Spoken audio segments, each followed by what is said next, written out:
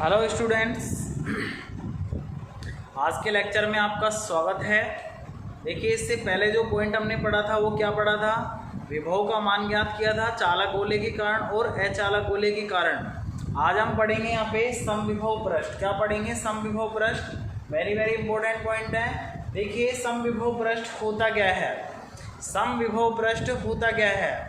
नाम से ही पता लग रहा है हमको। सम का मतलब क्या होता है? समान। विभव का मतलब विभव और पृष्ठ का मतलब पृष्ठ पर। यानी कि विद्युत क्षेत्र में स्थित ऐसा पृष्ठ जिस पर विभव का मान क्या हो? समान हो। जिसके प्रत्येक बिंदु पर विभव का मान समान हो, उसको हम क्या कहते हैं? समविभव पृष्ठ कहते हैं। इसकी परिभाषा को नोट कर लेते हैं।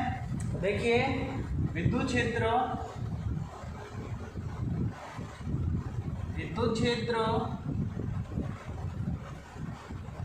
में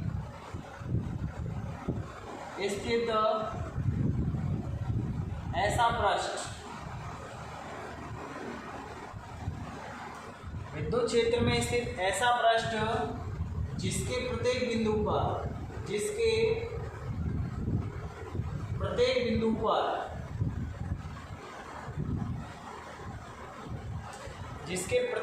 पर विभव का मान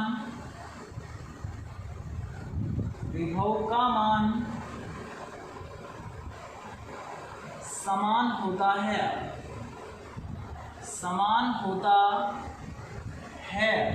क्या कहलाता है? समविभव पृष्ठ कहलाता है। क्या कहलाता है?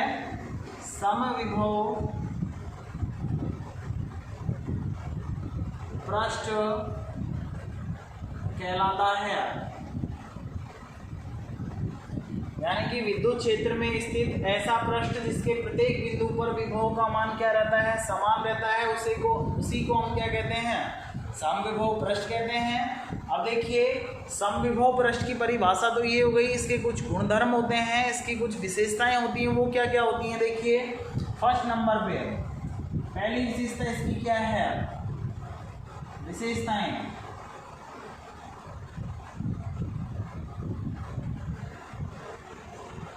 देखिए, समविभव पृष्ठ जो होता है, इसके प्रत्येक बिंदु पर विभव का मान क्या होता है? एक समान होता है। तो पहली विशेषता तो इसकी ये है कि समविभव पृष्ठ पर प्रत्येक बिंदु पर विभव का मान क्या होगा? एक समान होगा। तो हम इसे लिख देते हैं, समविभव पृष्ठ पर समविभव पृष्ठ के प्रत्येक बिंदु पर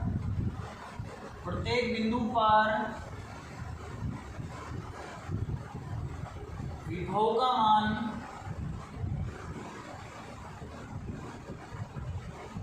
समान होता है।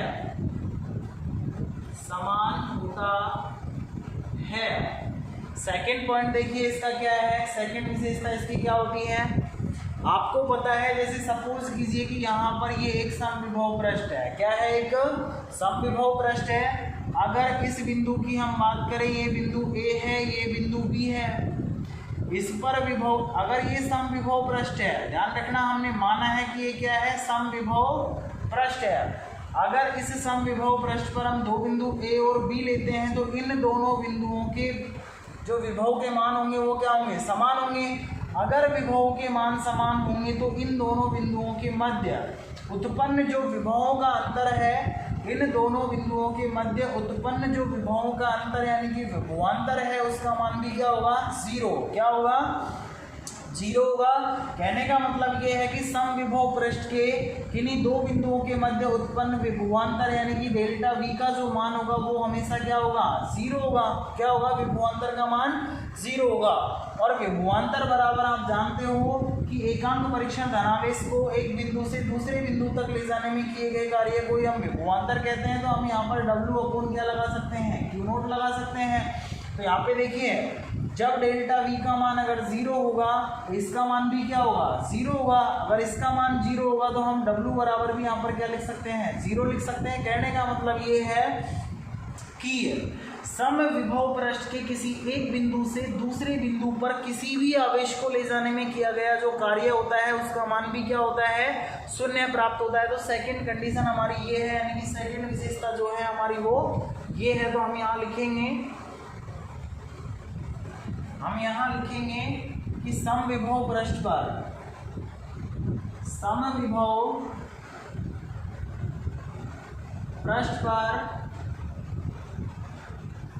किसी आवेश को एक बिंदु से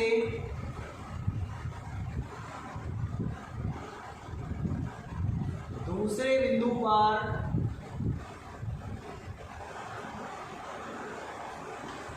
ले जाने में किया गया कार्य, ले जाने में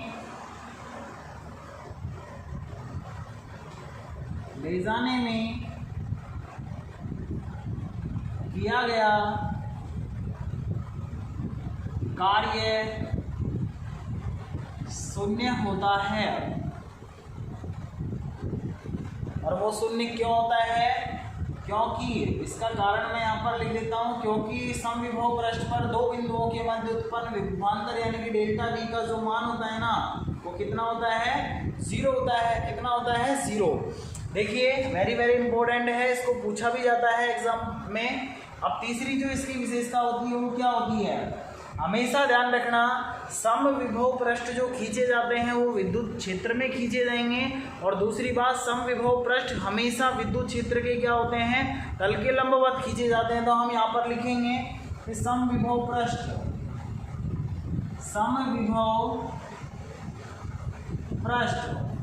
सदैव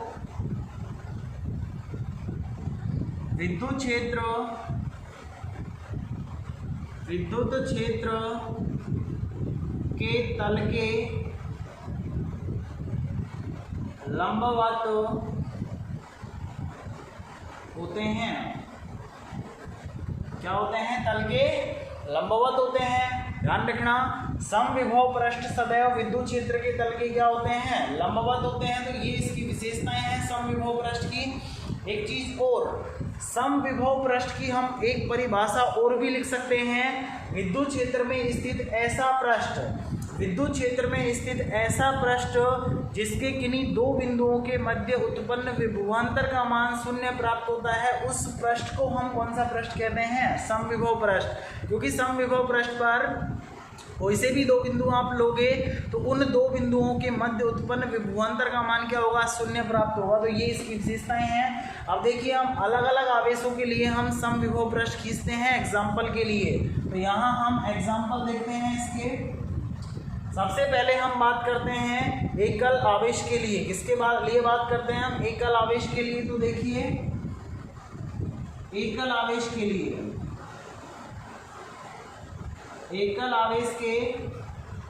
लिए, अब एकल आवेश हम धनावेश भी ले सकते हैं और ऋणावेश भी ले सकते हैं। तो सबसे पहले हम बात करते हैं धनावेश के लिए।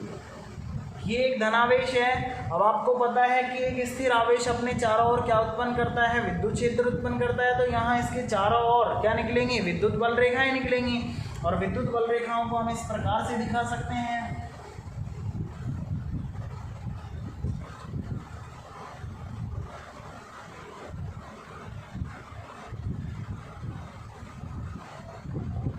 आपको पता है कि धनावेश से विद्युत बल रेखाएं हमेशा निकलती हैं और ऋणावेश में क्या करती हैं, प्रवेश करती हैं। और भी हम इस प्रकार दिखा सकते हैं।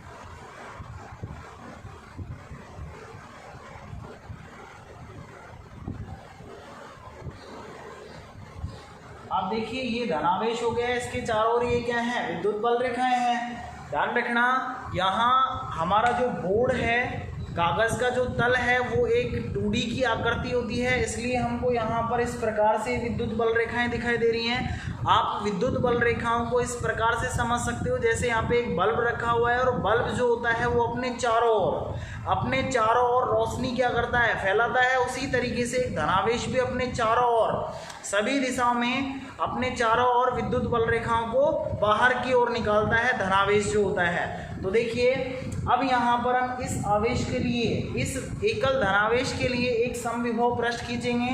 अब हमको यहाँ पर एक ऐसा पृष्ठ खींचना है जिस पर विभव का मान क्या होता है, समान। आपको पता है कि बिंदुवत आवेश के लिए विभव का जो मान होता है, फॉर्मूला आपको पता है, KQ अपॉन क्या होता है, R। KQ अपॉन क्या होता है, R।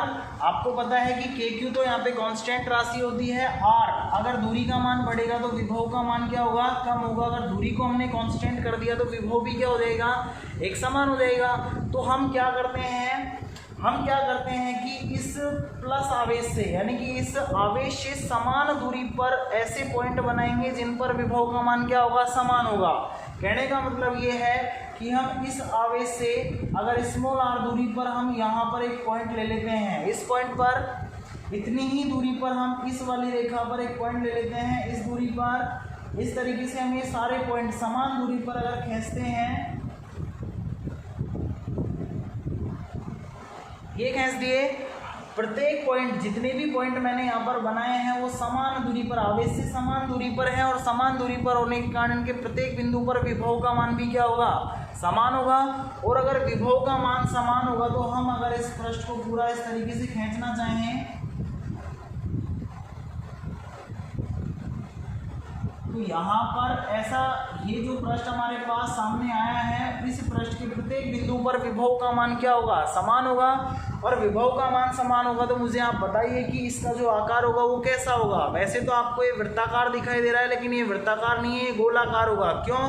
क्योंकि आपको पता है जैसे यहाँ पे बल्ब रखा हुआ है, चारों तरफ रोशनी बाहर निकलेगी, उसी तरीके से आवेश के भी चारों तरफ विद्युत बल रेखाएं निकलती है। तो यहाँ पर पूरा एक क्या बनेगा, सरफेस, वो स्फीयर बनेगा, यानी कि गोला बनेगा। तो यहाँ पे ध्यान रखना, बिंदुवत आवेश के कारण, एकल बिंदुवत आवेश के कारण जो विभव का मान होगा इस पर, गोले पर, वो क्या होगा, समान होगा। और अगर विभव का मान समान होगा तो हम बोल सकते हैं कि यहाँ पर एकल आवेश के लिए, एकल धनावेश के लिए जो समविभव पृष्ठ की आकृति होती है वो कैसी होती है, गोलाकार। कैसी होती है, गोलाकार। आपसे पूछा जाएगा कि एकल धनावेश के कारण बनने वाला जो समविभव पृष्ठ होता है वो कौन से आकार का होता है, तो आपका आंसर होगा गोलाकार। इसी तरीके से हम एक और समविभव पृष्ठ भी खींच सकते हैं, थोड़ी सी दूरी और बढ़ा देते हैं, यानी कि गोले की त्रिज्या और बढ़ा देते हैं, तो हम एक गोला और खींच देते हैं। यहाँ पर इस गोले के प्रत्येक बिंदु पर भी विभव का मान समान होगा। हम यहाँ छोटे वाला जो गोला है इसका विभव हम मान लेते हैं V1। कितना मान लेते हैं, V1। और बड़े वाले गोले का जो विभव है वो हम क्या मान लेते हैं, V2। कितना मान लेते हैं, V2। अब मुझे आप बताइए कि V1 का मान बड़ा होगा कि V2 का मान बड़ा होगा। तो आपको पता है दूरी का मान अगर बढ़ता है तो विभव का मान क्या होता है, कम होता है। तो आवेश से दूरी का मान किसका अधिक है, बड़े वाले गोले का। तो आप यहाँ पर लिख सकते हो कि छोटे वाले गोले का विभव ज़्यादा होगा और बड़े वाले गोले का विभव क्या होगा, कम होगा। तो हम यहाँ लिख सकते हैं V1 इज ग्रेटर देन क्या होगा, V2। ये तो बात हो गई एकल आवेश के लिए, और वो भी धनावेश के लिए। अगर हम सेम टू सेम काम ऋणावेश के लिए करते हैं तो ऋणावेश के लिए देखिए किस प्रकार से खींचेंगे हम। ऋणावेश के लिए किस प्रकार से खींचेंगे, यहाँ पर भी विद्युत बल रेखाएं क्या होंगी, चारों तरफ खींचेंगी, यानी कि ये ऋणावेश है, ये भी अपने चारों ओर क्या उत्पन्न करेगा, विद्युत क्षेत्र खींचेगा। और विद्युत क्षेत्र खींचेगा तो यहाँ पर हम विद्युत बल रेखाओं को इस प्रकार से दिखा सकते हैं। लेकिन अब की बार ध्यान रखना, धनावेश से तो विद्युत बल रेखाएं बाहर निकलती हैं, लेकिन ऋणावेश में क्या करती हैं, प्रवेश। तो हम एरो के निशान अब की बार कहाँ बनाएंगे, अंदर की तरफ। और भी विद्युत बल रेखाएं अगर खींचना चाहते हैं तो हम खींच सकते हैं।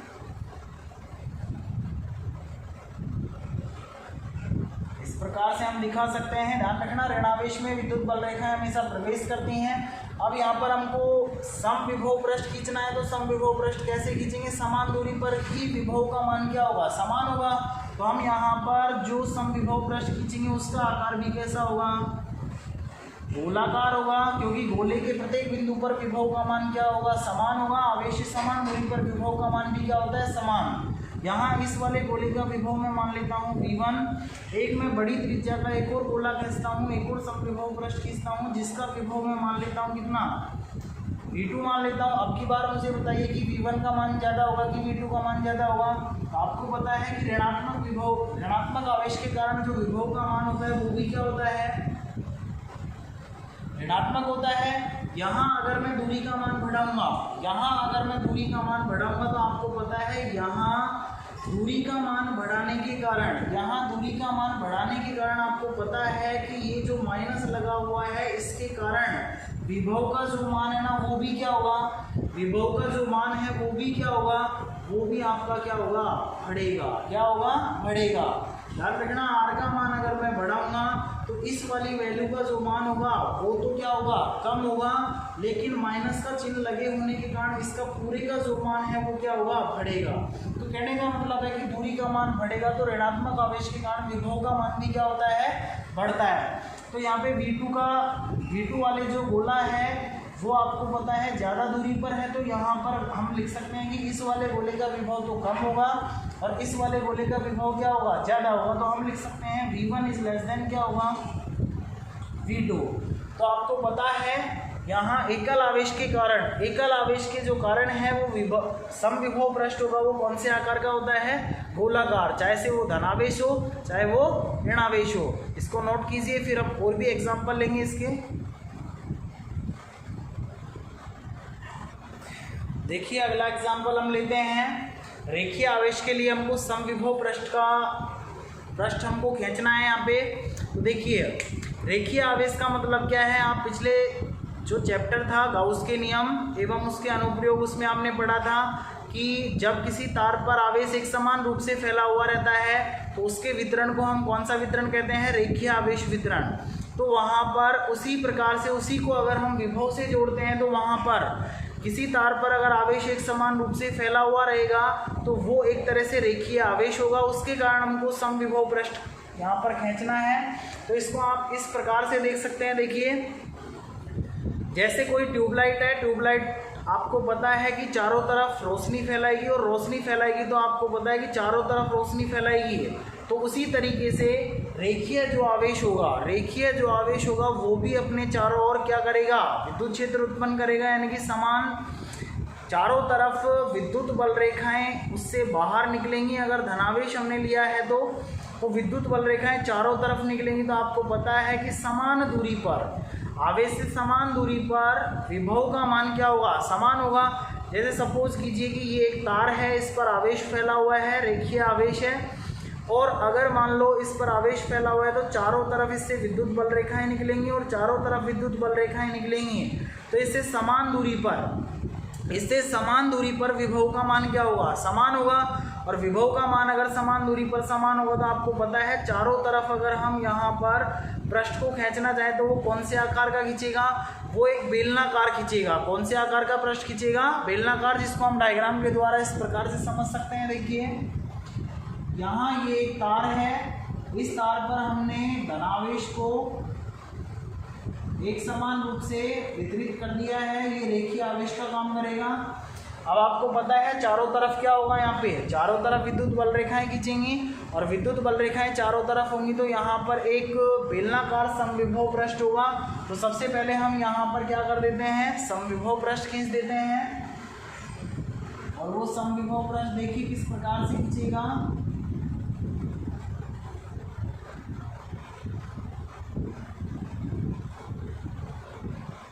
देखिए यहाँ ये जो रेखीय आवेश है इससे समान त्रिज्या का मतलब ये है कि यहाँ इस बेलनाकार जो समविभव पृष्ठ हमने खींचा है इसकी त्रिज्या हम मान लेते हैं R1। कितनी मान लेते हैं, R1। यहाँ पे भी इसकी त्रिज्या R1 है, यहाँ पे भी इसकी त्रिज्या R1 है। इसके प्रत्येक बिंदु पर विभव का मान क्या होगा, समान। क्यों होगा समान, क्योंकि आवेश से समान दूरी पर विभव का जो मान होगा वो क्या होगा, समान होगा।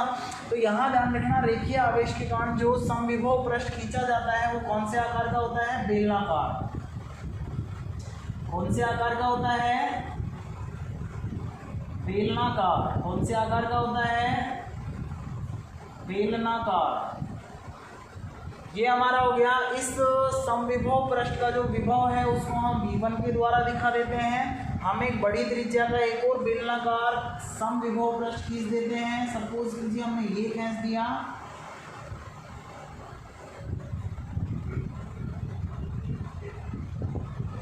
इसका विभव मैं मान लेता हूँ, अंदर वाले जो बेलन है, छोटा वाला जो बेलन है इसका V1 है और बाहर वाला यानी कि बड़ा वाला है उसका V2 है।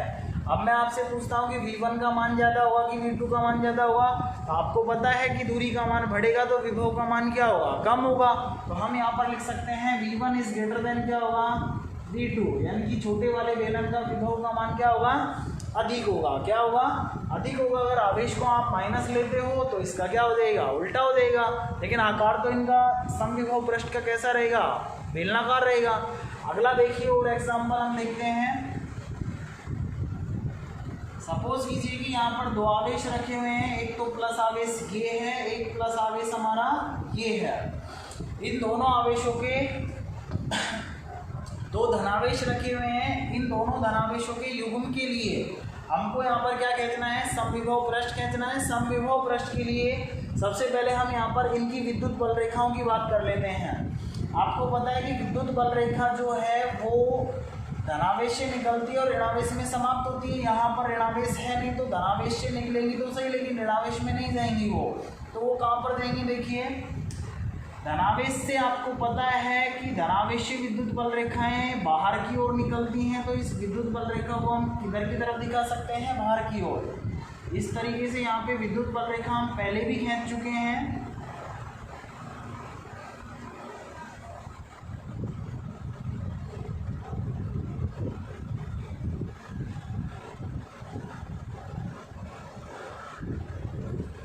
इस तरीके से हम विद्युत बल रेखाओं को कह सकते हैं।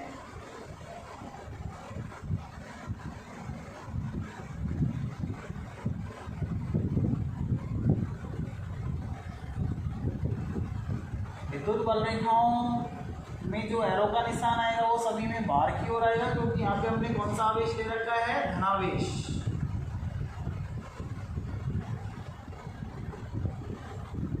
अब देखिए आपको पता है कि विद्युत बल रेखा जो है वो इधर की तरफ नहीं आएगी, क्योंकि प्लस प्लस आवेश के कारण जो विद्युत बल रेखा है वो प्रतिकर्षित हो जाती हैं। देखिए यहाँ पे हम क्या करते हैं, इस सबसे पहले इस वाले आवेश के लिए देखते हैं कि समविभव पृष्ठ क्या होगा। समविभव पृष्ठ ये बिंदुवत आवेश है, इसके लिए आपको पता है कौन से आकार का खींचेगा, गोलाकार खींचेगा। इसके लिए भी खींचते हैं, कौन से आकार का खींचेगा, गोलाकार खींचेगा। और बड़ी त्रिज्या का हम लेते हैं समविभव पृष्ठ, तो इस प्रकार से हम कह सकते हैं, ये आ जाएगा। यहाँ पर भी हम इस प्रकार से कह सकते हैं। ध्यान रखना समविभव पृष्ठ जो होता है वो हमेशा विद्युत क्षेत्र के तल की क्या होता है, लंबवत। तो ये विद्युत बल रेखाएं जितनी भी यहाँ से निकल रही हैं वो इस समविभव पृष्ठ के लंबवत बाहर निकल रही हैं। देखिए और दूसरी बात, अब एक चीज और ध्यान रखना कि दो समविभव पृष्ठ आपस में कभी भी नहीं काटते हैं, इसलिए हमारा जो अगला समविभव पृष्ठ होगा वो इस प्रकार से यहाँ पर खींचता है।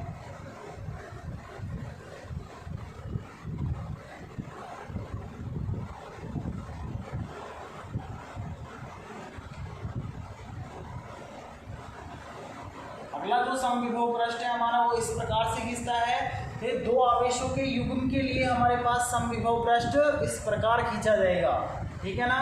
और नोट करके एक बात आपको ये भी लिखनी है यहाँ पे, समविभव पृष्ठ के लिए आपको एक बात ये भी लिखनी है कि दो समविभव पृष्ठ कभी भी एक दूसरे को नहीं काटते हैं। दो समविभव पृष्ठ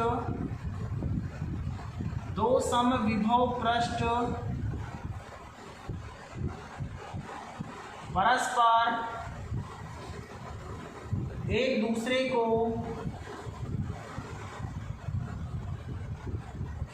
नहीं काटते हैं। क्यों नहीं काटते हैं?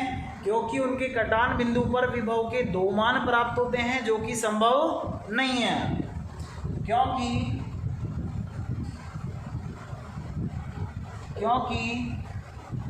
उनके कटान बिंदु पर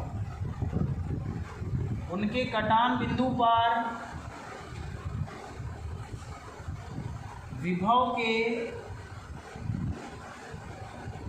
दो मान प्राप्त होते हैं, जो कि जो कि संभव नहीं है। आपको पता है एक समविभव पृष्ठ सपोज करो ये है, एक समविभव पृष्ठ सपोज करो ये है, इस वाले का विभव V1 है, इस वाले का विभव V2 है। अगर इस दोनों एक दूसरे को काट देंगे तो इस पॉइंट पर विभव के कितने मान होंगे? दो। कौन कौन से होंगे? V1 भी होगा और V2 भी होगा। अब आपको पता है कि समविभव पृष्ठ के प्रत्येक बिंदु पर विभव का मान समान होता है, तो इस पॉइंट पर विभव के दो मान कैसे हो सकते हैं? हो सकते हैं क्या? नहीं हो सकते। अब विभव के अगर दो मान आते हैं तो ये पॉसिबल नहीं है। तो आपको ध्यान रखना है कि दो समविभव पृष्ठ एक दूसरे को कभी भी नहीं काटते हैं, क्योंकि उनके कटान बिंदु पर विभव के दो मान प्राप्त होते हैं, जो कि संभव नहीं है। एक दो बात और है इसके लिए इम्पोर्टेंट जो मैं बताऊंगा, एक बार इसे नोट कीजिए। देखिए इसका समविभव पृष्ठ का एक एग्जाम्पल और भी आप लिख सकते हैं। एक समान विद्युत क्षेत्र के लिए समविभव पृष्ठ आप किस प्रकार से खींचोगे? तो एक समान विद्युत क्षेत्र में आपको पता है कि विद्युत बल रेखाएं जो होती हैं वो क्या होती हैं? समान दूरी पर होती हैं। समान दूरी पर होती हैं इस प्रकार से। अब यहाँ अगर आपको समविभव पृष्ठ खींचना है तो आपको पता है कि समविभव पृष्ठ हमेशा विद्युत क्षेत्र के तल के क्या होता है? लंबवत होता है। और विद्युत क्षेत्र के लंबवत होता है तो यहाँ पे हमको ऐसा पृष्ठ खींचना है कि जहाँ पर विभव का मान क्या होगा? समान होगा। अब आपको पता है कि विद्युत बल रेखाएं हमेशा उच्च विभव से निम्न विभव की ओर आती हैं, यानी कि यहाँ पर हम प्लस मान सकते हैं। प्लस का मतलब उच्च विभव होता है, और यहाँ पर हम क्या मान सकते हैं? निम्न विभव मान सकते हैं। तो यहाँ प्लस आवेश से समान दूरी पर जो पृष्ठ होगा, यानी कि यहाँ से समान दूरी पर जो एक पृष्ठ बनेगा उसके लिए विभव का मान क्या होगा? समान होगा, क्योंकि दूरी का मान अगर समान है तो विभव का मान आपको पता है समान होगा। फॉर्मूला हमने देखा है, V बराबर क्या होता है? KQ upon small r। दूरी का मान अगर कांस्टेंट कर दिया जाता है तो विभव का मान भी क्या हो जाएगा? कांस्टेंट। तो हम यहाँ पर एक समविभव पृष्ठ खींचेंगे तो देखिए कौन से आकार का खींचेगा। यहाँ हमारा जो हाथ है वो इस प्रकार से इन विद्युत बल रेखाओं के तल के लंबवत इस प्रकार से अगर हम कोई पृष्ठ खींचेंगे तो उस पर विभव का मान क्या होगा? समान होगा। जैसे सपोज कीजिए कि यहाँ जो पेन है वो तो है विद्युत बल रेखा। क्या है? विद्युत बल रेखा। विद्युत बल रेखा हमेशा समविभव पृष्ठ की क्या होती है? लंबवत होती है। यहाँ अगर ये समतल हम पृष्ठ खींचेंगे तो इस पर प्रत्येक पॉइंट पर विभव का मान क्या होगा? समान होगा। तो हम यहाँ समविभव पृष्ठ को इस प्रकार से खींच सकते हैं।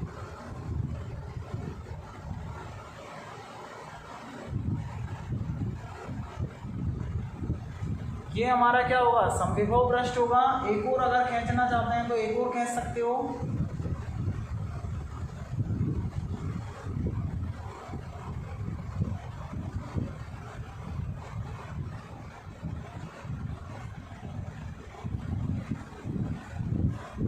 इस वाले समविभव पृष्ठ का हम ध्यान रखना है, यहाँ पे जो समविभव पृष्ठ होता है वो कौन सी आकृति का होता है? समतल। कौन सी आकृति का होता है? समतल होता है। इसका विभव मैं मान लेता हूँ V1 और इसका विभव क्या मान लेता हूँ? V2। मुझे बताइए कि कौन से का मान ज़्यादा होगा? V1 का मान ज़्यादा होगा या V2 का मान ज़्यादा होगा? तो आपको पता है कि विद्युत बल रेखाएं हमेशा उच्च विभव से निम्न विभव की ओर जाती हैं। तो पहले ये वाला पृष्ठ आ रहा है कि ये वाला आ रहा है? ये वाला आ रहा है, तो यहाँ पे विभव का मान क्या होगा? ज़्यादा होगा। हम लिख सकते हैं V1 इज ग्रेटर देन क्या होगा? V2। दूसरी बात, एक बात आपको ये भी ध्यान रखनी है, एक आपको बात ये ध्यान रखनी है समविभव पृष्ठ के लिए कि आपने पढ़ा था कि एक चालक जो गोला होता है उसके पृष्ठ पर विभव का मान क्या रहता है? एक समान रहता है। और उसके अंदर आयतन में भी विभव का मान क्या रहता है? एक समान रहता है। तो हम ये कह सकते हैं कि चालक गोले का जो समआवेशित चालक गोले का जो पृष्ठ होता है उस पर विभव एक समान होने के कारण, उसके पृष्ठ पर और उसके आयतन में विभव का मान एक समान होने के कारण सम आवेशित चालक गोला एक सम विभव पृष्ठ की भांति व्यवहार करता है। तो हम यहाँ लिख देंगे कि सम आवेशित चालक गोले की सतह एक समविभव पृष्ठ की भांति व्यवहार करती है। ये बात आपको ध्यान रखनी है। आज का जो पॉइंट है हमारा यहीं पे क्लोज करते हैं। Thank you.